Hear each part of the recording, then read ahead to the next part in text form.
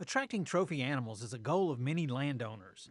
Two key components involve providing the animals with both food and cover.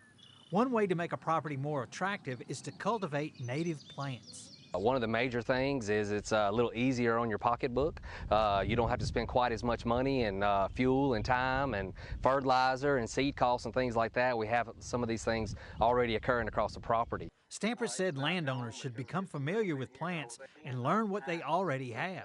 Learning what's growing in the warm season versus the cool season, learning some of the forage plants that deer like to eat or what's considered good cover.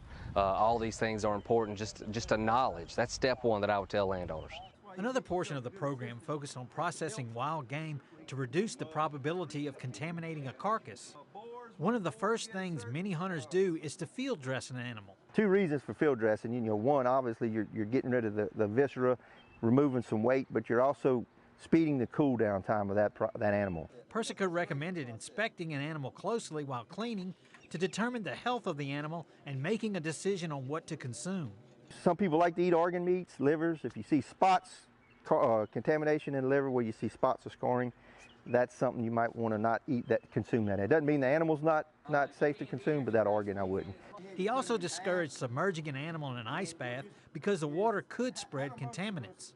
With the LSU AgCenter, this is Craig Gautreaux reporting.